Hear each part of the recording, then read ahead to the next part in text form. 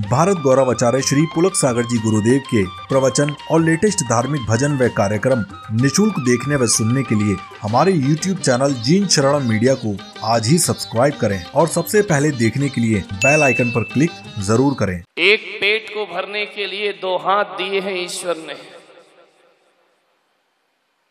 पेट एक है, हाथ दो हैं, मगर ना जाने इस आदमी को क्या हो जाता है कि वह एक पेट को दो हाथ से नहीं भरता। दो हाथ भी कम पड़ जाते हैं, हजारों हाथों से भी भरता है, लेकिन उसका पेट कभी भरता नहीं है।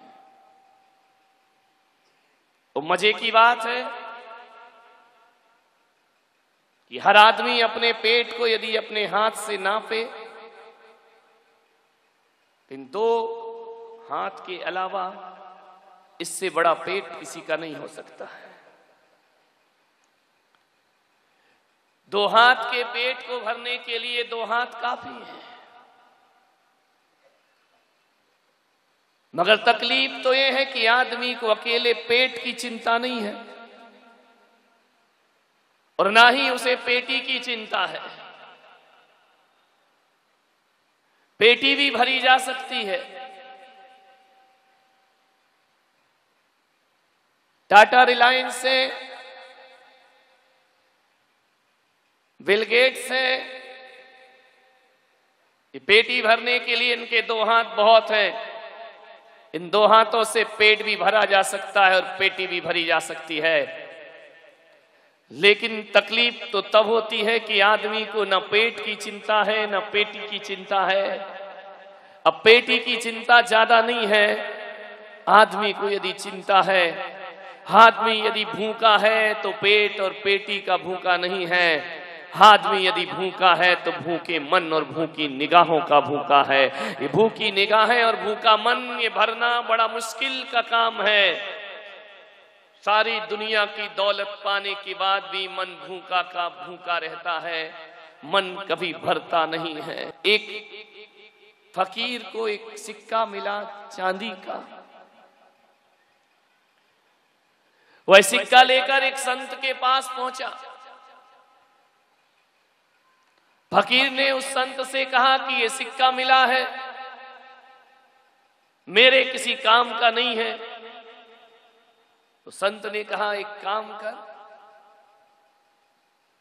जो दुनिया का सबसे बड़ा सम्राट हो उसको यह सिक्का दे देना। दुनिया का सबसे बड़ा सम्राट? बोले हाँ, उसे ही ये सिक्का देना। ध्यान रखना, किसी भिखारी को ये सिक्का मत दे देना। फकीर सिक्का लेकर राजपथ पे खड़ा हो गया। हजारों लोग आए और निकले।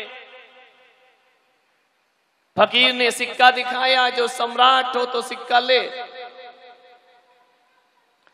कहते हैं थोड़ी ही देर बाद उस राजपथ पर एक रथ निकला। रथ पर सम्राट है। फिर फकीर ने रथ रोका, बोला मैं तुम्हें ये सिक्का देना चाहता हूं। सम्राट ने कहा, पागल है क्या, इस सिक्के का मैं क्या करूंगा? उसने कहा कि जो सबसे बड़ा सम्राट हो उसे ये सिक्का देना। तो उसने कहा कि सम्राट तो मैं ही हूं। फकीर ने कहा, पागल हो तुम, इस सिक्के को ठुकराना मत। ये सिक्का ठुकरा दिया तो ध्यान रखना सम्राट पना खत्म हो जाएगा तुम्हारा। रथ से उतरा, दामन फैलाया, डाल मेरे दामन में ये सिक्का। फकीर ने कहा, पहले पता तो करूं कि तू सम्राट है या नहीं है। सम्राट ने कहा कि बड़ा बेअकल आदमी है, स्वर्ण रथ में बैठकर जा रहा हूं, साथ साथ घोड़े मेरे रथ में जुते हुए हैं, ये पूरा लवाजमा जा रहा है, और तू कह रहा है कि सम्राट है या नहीं है, अंधा है क्या? उसने कहा, अंधा तो मैं नहीं हूं, लेकिन परख तो कर लूं कि तू सम्राट है या भिखारी है। उसने कहा, जुबान संभाल के बात कर। सम्राट को भिखारी कहता है, जरा सम्राट ये तो बता दो कि तुम जा कहां रहे हो। बोले मैं पड़ोसी राज्य में चढ़ाई करने जा रहा हूं। सम्राट तुम्हारा राज्य कितना है? बोले जहां निगाह जाए वो सब मेरा साम्राज्य है। उठा के देख ले नजरें। तो फिर तुम अब कहां जा रहे हो? बोले पड़ोसी राज्य को जीतने। तो भिखारी ने, फकीर ने कहा ऐसा कर, तू रथ में वापस बैठ और आगे जा, ये सिक्का तेरे भाग्य में नहीं है। अरे उसने कहा क्यों? जितनी जितनी ये धरती दिख रही है उस पर आधा साम्राज्य तो मेरा है, और तू कहता है कि मैं भिखारी हूं। फकीर ने कहा जिसकी निगाह पड़ोसी के राज्य में हो, मेरी नजरों में उससे बड़ा भिखारी दुनिया में कोई दूसरा नहीं हुआ करता है। जब ईश्वर ने इतना दिया है तो अब किस बात की तृष्णा लिए जी रहा है? जब जी ईश्वर की कृपा से तेरे को इतना साम्राज्य मिला हुआ है और फिर भी पड़ोसी पर निगाह रखे तो तू सम्राट नहीं हो सकता, तू भिखारी होता है। अरे पड़ोसी के धन पर निगाह रखने वाला उस चोर की तरह होता है जो दूसरों की कमाई हुई दौलत पर निगाह रखता है। इसलिए सम्राट, तू मेरी नजरों में सम्राट नहीं हो सकता है। और कहते हैं भिखारी ने सिक्का वापस लिया, सम्राट ने नजरें झुकाई और आगे चला गया। एक बात ध्यान रखना, कौन भिखारी है कौन सम्राट है कहा नहीं जा सकता। अरे बाहर से कई लोग सम्राट दिखते हैं लेकिन भीतर के बड़े भिखारी हुआ करते हैं, और कई लोग बाहर से तो फकीर और भिखारी दिखते हैं लेकिन भीतर से सम्राटों के भी सम्राट हुआ करते हैं। ध्यान रखिए, कौन है भिखारी कौन है सम्राट? बहुत कम लोग होंगे जो सम्राट की तरह पैदा हों, सम्राट की तरह जिए और सम्राट की तरह विदा हों। वरना आदमी पैदा तो सम्राट की तरह होता है, जीता भिखारियों की तरह है और दुनिया से विदा भी भिखारियों की तरह। एक सेठ था, लॉन में अखबार पढ़ रहा था, एक भिखारी पहुंच गया। भिखारी ने कहा कि सेठ जी कुछ दे दो। सेठ ने कहा नहीं है, बहुत बड़ी कोठी। भिखारी ने कहा कि सेठ जी रुपए 2 रुपए दे दो। सेठ ने कहा नहीं है मेरे पास। तो ऐसा करो सेठ, 2 रोटी दे दो, सब्जी दे दो। बोले नहीं है। तो बोले सेठ जी ठंडा पानी पिला दो। बोले वो भी नहीं है। तो बोले फटे पुराने कपड़े पड़े हो वही दे दो। बोले वो भी मेरे पास नहीं है। अब भिखारी से ना रहा गया, उसने कहा जो मांगो वो नहीं है, जो मांगो वो नहीं है।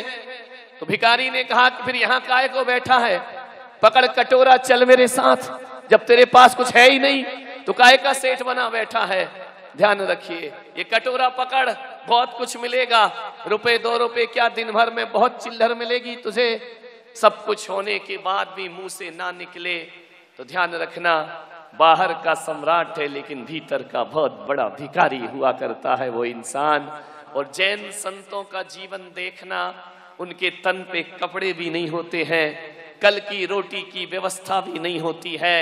विचार करिए, जिनके पास ना रहने को मकान होता है ना सोने को बिस्तर हुआ करते हैं, ऐसा नंगा फकीर बाहर से भिखारी दिखता है लेकिन भीतर से सम्राटों का भी सम्राट हुआ करता है। कौन होता है सम्राट, कौन होता है भिखारी?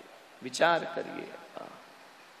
दौलत होने के बाद भी भिखारियों जैसा जीवन जीना धरती के आदमी की दुर्भाग्य से, सौभाग्य से लक्ष्मी नहीं मिली, ये दुर्भाग्य से मिल गई है। ध्यान रखना, कभी जीवन में मेरे पास आते हैं भक्त तो मैं एक ही आशीर्वाद देता हूं, हमेशा तेरा हाथ ऊपर रहना चाहिए। ऐ देने वाले, देने की कला सीख। यदि ईश्वर ने तुझे दिया है तो तुझे भोगने के लिए नहीं दिया है, ईश्वर ने दिया है तो जगत कल्याण के लिए तुझे दौलत प्रदान की है। और जो स्वयं भोग करके चला जाएगा, जैन दर्शन कहता है कि बहुत आरंभ परिग्रह वाला नियम से नरक गति का पात्र हुआ करता है। ध्यान रखिए, संतुष्टि, संतोष नहीं है। बड़े बड़े सेठ आते हैं, मैं पूछता हूं भाई कैसा चल रहा है? क्या महाराज बस चल रहा है।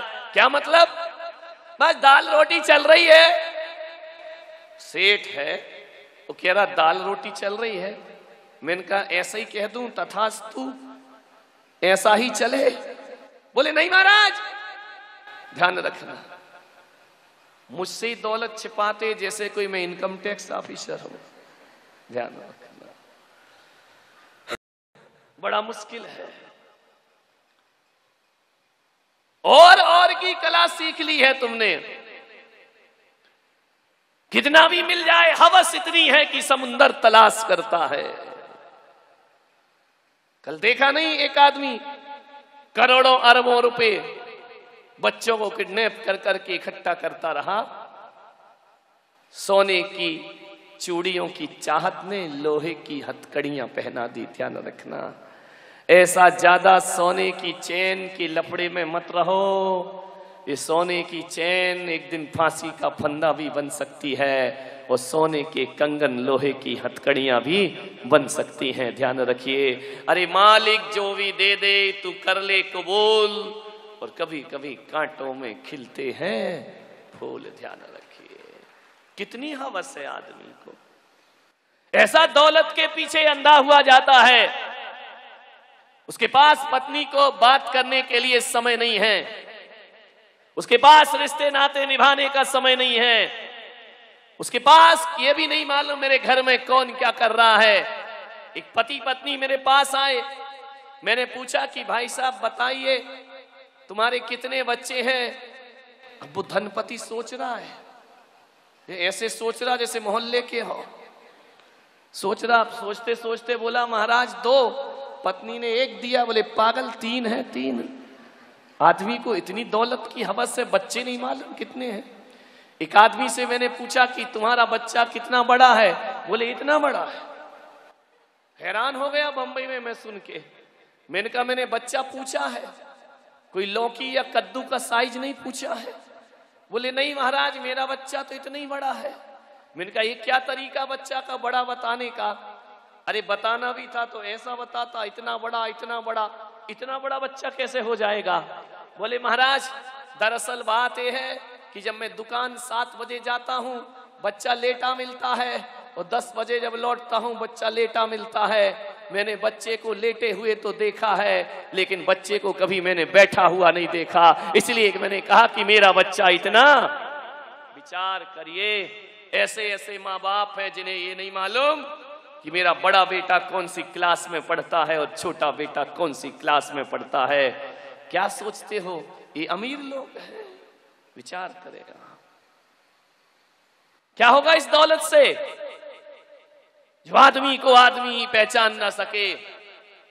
किसी शायर ने कहा है, यह खुदा मुझे इतनी खुदाई मत देना, हे खुदा मुझे इतनी ऊंचाई ना दे जहां से इंसान दिखाई ना दे। ध्यान रखिए, क्या करोगे इस ऊंचाई का?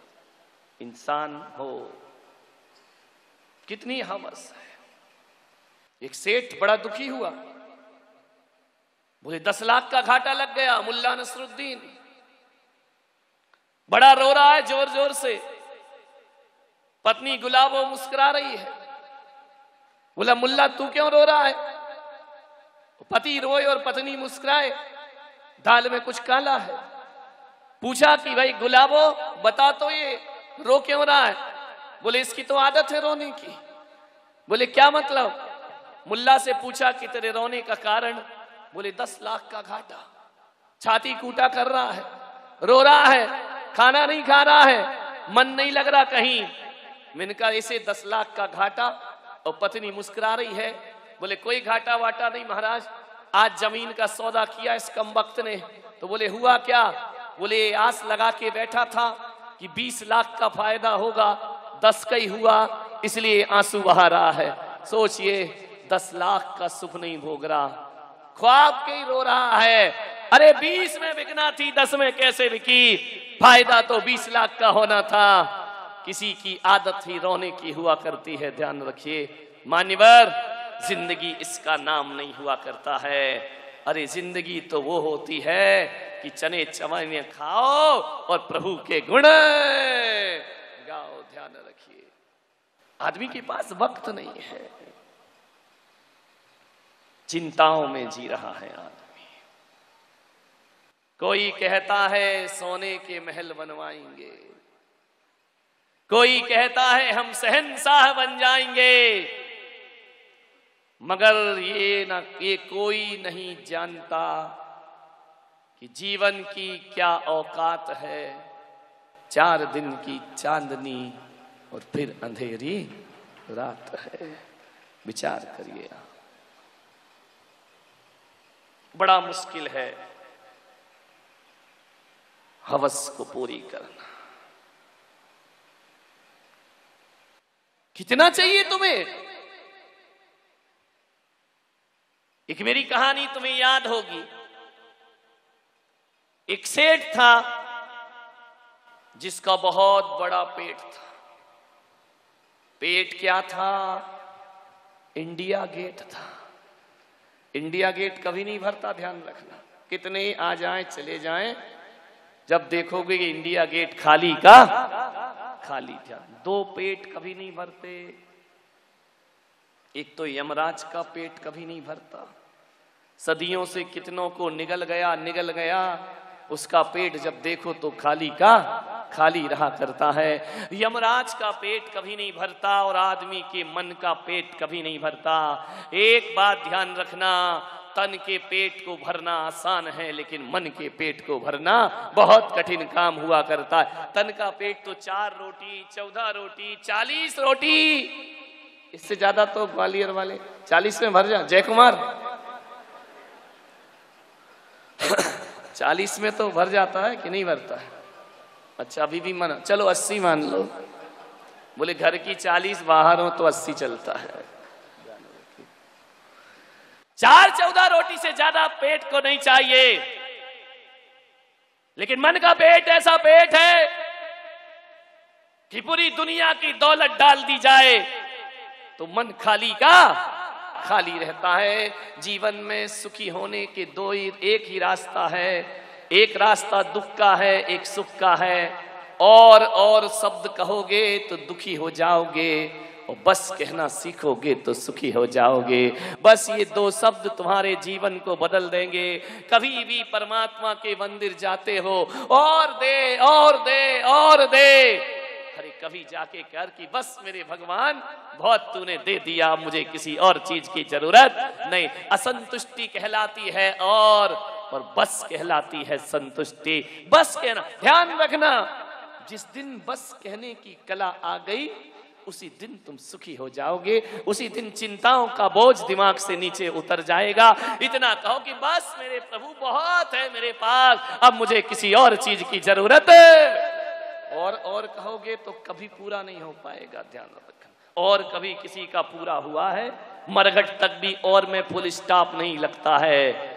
और यदि बस कह दे तो अभी जिंदगी की आकांक्षाओं में फुल स्टॉप लग जाए। कभी बस कह के देखना। कभी जिंदगी में एक बार यहां से घर जाकर के हिम्मत से जोर लगा के इतना कहना कि बस, ध्यान रखना, बहुत सुकून मिलेगा। कोई मंत्र सुकून ना देगा, ना गायत्री मंत्र, ना नमोकार मंत्र, दुनिया के कोई भी मंत्र जप लो, जब तक बस कहने की कला नहीं आएगी तुम सुखी नहीं हो सकते हो। ध्यान रखिए, 2 शब्द याद रखिए, बस। यदि कोई कुछ कहता है तो कहना बस मेरे भाई, और मत रखिए, जय कुमार मत बनो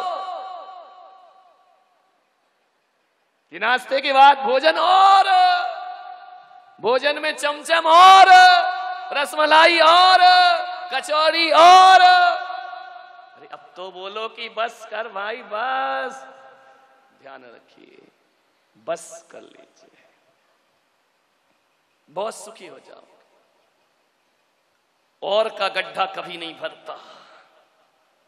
मृगमरीचिका, हिरण भागते जाता है पानी की तलाश में, और चमकती हुई रेत पानी दिखा करती है।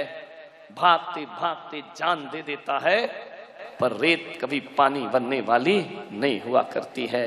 मरीच का सोचा करता हूं भोगों से बुझ जावेगी इच्छा ज्वाला, परिणाम निकलता है लेकिन मानो पावक में घी डाला। ध्यान, कभी तृप्त हुई है वासनाएं, कभी तृप्त नहीं होती, आकांक्षाएं कभी तृप्त नहीं होती हैं। मन की आदत है और कहेगा। महावीर भगवान कहते हैं कि आकांक्षा में नहीं, आवश्यकता में जीना प्रारंभ कर लो, तुम्हारा जीवन आनंद में परिवर्तित हो जाएगा। और लोग मरने के बाद स्वर्ग जाने की बात करते हैं। यदि आपका आवश्यकता में जीना प्रारंभ कर दिया, जीते जी स्वर्ग का अनुभव अपने आप हो जाया करता है।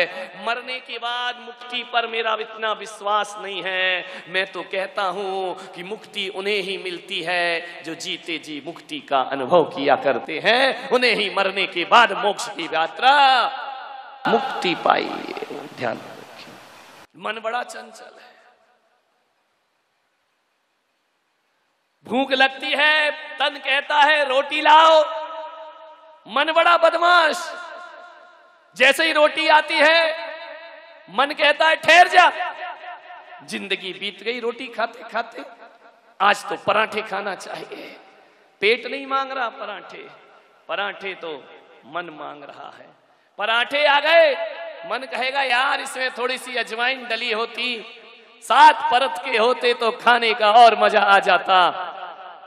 अरे ये पेट नहीं मांग रहा, ये मन मांग रहा है। पराठे आ गए, मन कहेगा यार पूरी आ जाती तो और मजा आ जाता।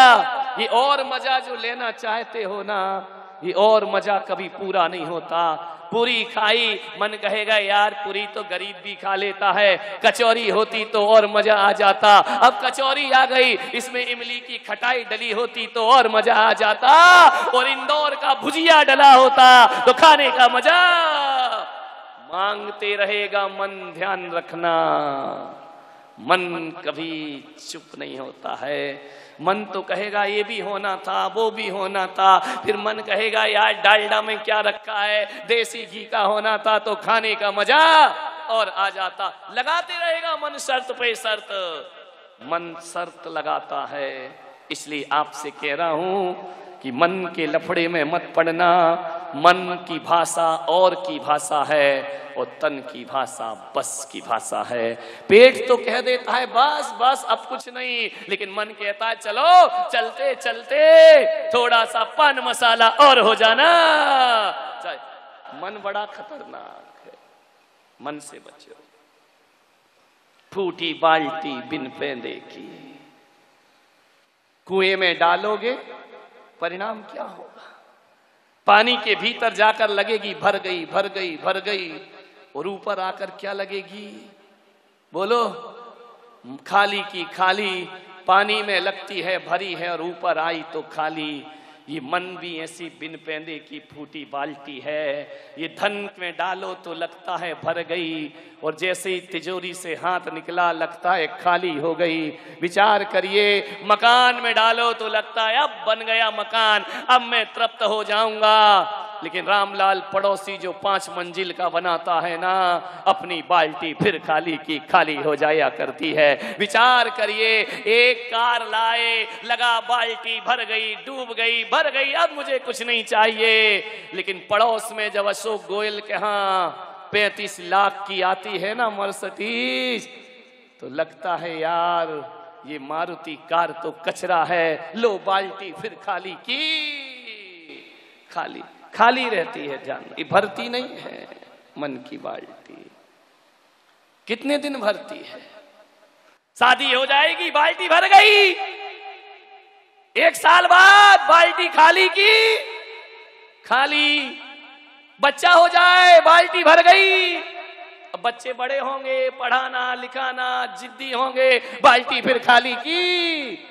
वाह रे मकड़ी का जाल खुद बनाता है, खुद बुनता है, और पूरी जिंदगी को उस जाले में खत्म कर दिया। क्या है आदमी की ये जिंदगी? बाल्टी हमेशा फूटी है।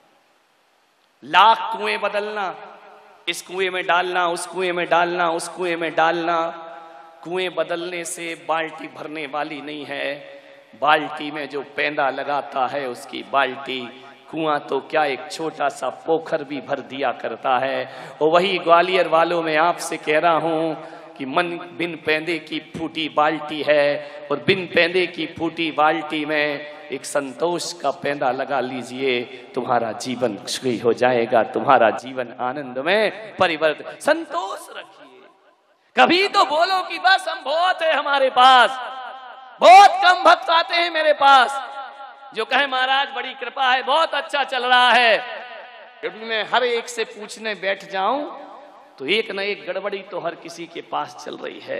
महाराज वैसे तो बहुत है, रुपया है, पैसा है, बस थोड़ा सा एक प्रॉब्लम, वो एक प्रॉब्लम बिल गेट्स के पास भी है, वो एक प्रॉब्लम सम्राटों के पास भी है, वो एक प्रॉब्लम देश के राष्ट्रपति के पास भी हुआ करती है। ऐसा कोई नहीं है जिसके पास एक ना एक समस्या मौजूद ना हो। अरे मानव जीवन समस्याओं से रहित कभी नहीं हुआ करता है, ये मानव का जीवन है, कुछ ना कुछ तो कमी जीवन में बनी रहती है। नहीं, ध्यान रखना, उसी चिंता में जीता है आदमी।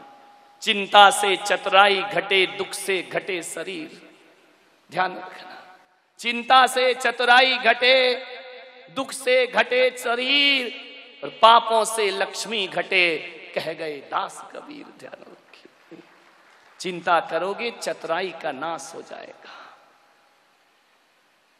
दुख आएगा शरीर का नाश हो जाएगा, और पाप करोगे तो लक्ष्मी का नाश हो जाएगा। ध्यान रखिए, कह गए दास कबीर। बहुत मुश्किल। नारद स्वर्ग से जमीन पर आए,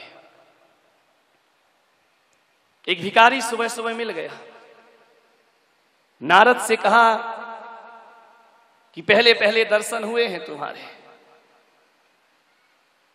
कुछ दे दो मुझे। नारद ने कहा मैं फकीर, मैं वैरागी, मैं तुम्हें क्या दे सकता हूं। बोले कुछ नहीं, थोड़ा बहुत दे दो। नारद को दया आई कि पागल, सुबह सुबह संत के दर्शन किए हैं, चल मैं तुझे माला माल कर देता हूं। भिखारी ने कहा तुम मुझे माला माल ना कर पाओगे। अरे बोले क्या समझ रखा है। बोले समझ में तो तुम्हें बाद में आएगी, अभी नहीं आएगी। मुझे माला माल करना दुनिया में किसी के बस की बात नहीं। बोले चल पागल, मेरे साथ स्वर्ग में चल।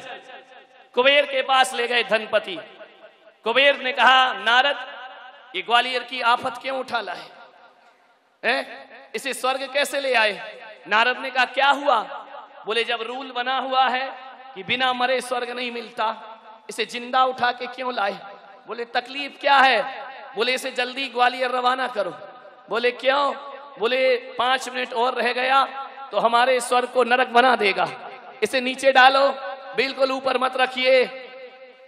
अरे तो नारद ने कहा अब तुम्हारा दर्शन किया है, अब खाली लौटेगा, कुछ ना कुछ तो दे दो। तो बोले जल्दी दो, ले दे के काम निपटाओ। आजकल धरती पर ही नहीं, स्वर्ग में भी ले दे के काम हो जाता है। जो काम किस्मत से नहीं होता वो काम रिश्वत से हो जाता है। मेरे भाई, ये हालात हमारे देश के बन गए हैं कि रिश्वत लेते हुए पकड़ा जाता है और रिश्वत दे के आदमी जेल से बाहर आ जाता है। बोले कुछ ले दे के इसे निपटाओ, इस केस को प्रकरण फाइल करिए। बोले क्या करें। क्या रे भिखारी, क्या चाहिए तुझे। बोले मुझे क्या चाहिए, 2 वक्त की रोटी मिल जाए, और चाहिए क्या मुझे। तो बोले ले कितने का चेक दे दूं। बोले चेक एक मैं नहीं केस करा सकता। तो बोले क्या करे। उसने झोली में हाथ डाला, एक कटोरा निकाला छोटा सा, इसको भर के दे दो, जो भी देना है, मेरा आज का दिन चल जाएगा। कुबेर ने कहा कि दे दो इतना सा कटोरा, जाओ हीरे मोती से भर दो। हीरे मोती का ढेर आया, कटोरे में डाला। भिखारी ने कहा भाई जरा संभल के भरना, संभल के। बोले चल इतना सा कटोरा, संभल संभल के बात कर रहा है। बोले तुम भर ना पाओगे इसे। कहते एक थाल हीरे मोती डाले, कटोरा देखा तो खाली पड़ा। भिखारी ने कहा मैंने कहा था ना बस इतना सा कटोरा ही तो भरना है। बोले और लाओ। कहते हैं सुबह से शाम हो गई, कटोरे में डाले जा रहे कुबेर ने कहा, देखो नारद, मैंने कहा था ने उपद्रव उठा के लाए हो तुम, इसका कटोरा क्यों नहीं भरता? नारद ने कहा, क्यों रे, छेद कर रखा है? वो नीचे दौलतगंज में दौलत गिराए जा रहा है। बोल क्या है ये, कहाँ का कटोरा है? इधर ला कटोरा। भिखारी ने कहा, सब ले लेना, मेरा कटोरा नहीं ले सकते तुम। बोले क्यों? बोले नहीं, बोले मुझे तो ये देखना है ये किस कंपनी का बना है। बोले कंपनी, ये तो बहुत हाई फाई कंपनी का बना है। बोले मामला क्या है? इधर दिखा। जैसे ही नारद ने कटोरा छीना, सिर पे दे मारा। बोले कम वक्त पहले ही बता देता। बोले क्यों? बोले ये कटोरा नहीं है हुजूर। कुबेर से कहा, ये तो आदमी की खोपड़ी है। क्यों रे नारद, तुझे कहाँ मिली? बोले शमशान में पड़ी थी, मैंने कहा इसमें ही भीख मांग लेंगे। अरे नारद ने कहा, पागल, दुनिया को भरना आसान है लेकिन आदमी की खोपड़ी को भरना आसान नहीं है, ये नहीं भरी जा सकती है। अरे पहले ही बताता ये खोपड़ी है, पूरा ब्रह्मांड भी डाल दो तो आदमी की खोपड़ी खाली की खाली रहा करती है।